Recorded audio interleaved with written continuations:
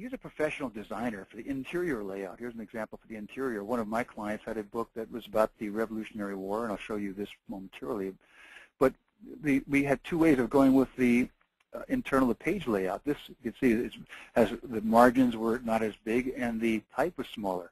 But we thought that the target market was a little bit older, so we went with a larger typeface, more leading, greater margins, and that was it worked out very well because it sold better for that reason to that target market.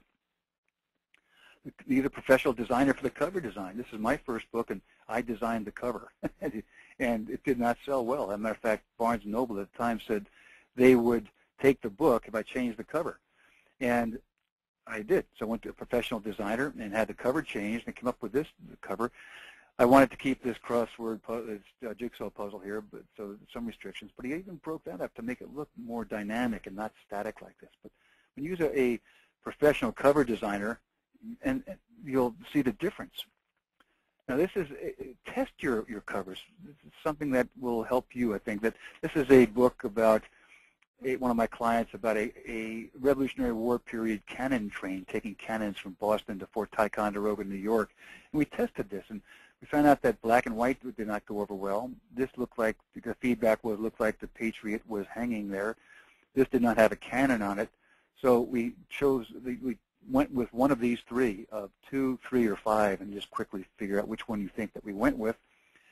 And it was number 5. This is the final cover to show the cannon, but what I wanted to show you here is that to take advantage of, make sure the spine is readable, make sure that you use the rear cover for testimonials, make sure that you use all the space available to you. This template shows you what should go on the front cover and the rear cover. You don't have to repeat the title. Have the category in the bookstore at the top of the rear cover, otherwise the bookstore owner or the employee may put your book in the wrong category. Show the promises, the benefits that the reader will get from reading your book, any testimonials, and your bio. Why are you the person that's qualified to write this? Have the price and the ISBN, the barcode, everything down here. Everything has a function. But think about the front cover, the spine, and the rear cover when you're looking at your quality product here. Book printers offer high quality, low cost, and quick delivery. Pick 2. You can't get all 3 at one time. You can get high quality and low cost, but it's going to take a long time to produce that. Or you get low cost and quick delivery, but probably not high quality. So when you talk to your printer, they can't do everything. You've got to make some concessions here and know that going in. Using print-on-demand wisely, and in the sense that print-on-demand is a way to get published using the digital printing process. It's not a printing process. So print-on-demand uses digital printing. So you can use digital printing for doing your test marketing, coming up with different covers and testing those. And you can test those on your websites, or you can test those in different groups. But use the digital printing to print books, but use print-on-demand as a publishing technique. Don't print too many books initially. I had one client that came to me and said, or one potential client said, I've got 25,000 copies of my first-time hardcover novel in my garage. How should I sell them? Well, that's the wrong time to ask that question, certainly, but 25,000 copies is a lot of books. 1,000 books will get you a good unit cost, but without getting too many books in your garage. You want to print, you come back and print subsequent books in the future, because then if you allocate all your costs to your initial print run, then your break-even point drops substantially. So, and also in the future runs, you can add testimonials, you can add reviews, you can correct typos. No matter how good the editor is, there'll always be a typo in a book. I've rarely read a book where I couldn't find some mistake that was made, but now you can correct it. You may want to change your cover. If I had a large quantity of that bad cover I did initially, I would have had to throw those all away because the Barnes & Noble wouldn't take them.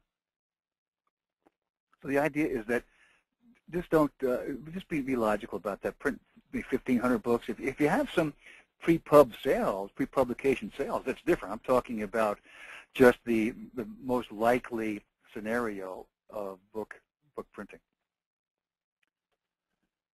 The form is secondary. in the sense that you may have an e-book, you may have the printed book, it may be an audio book. The key is how will your marketplace use it?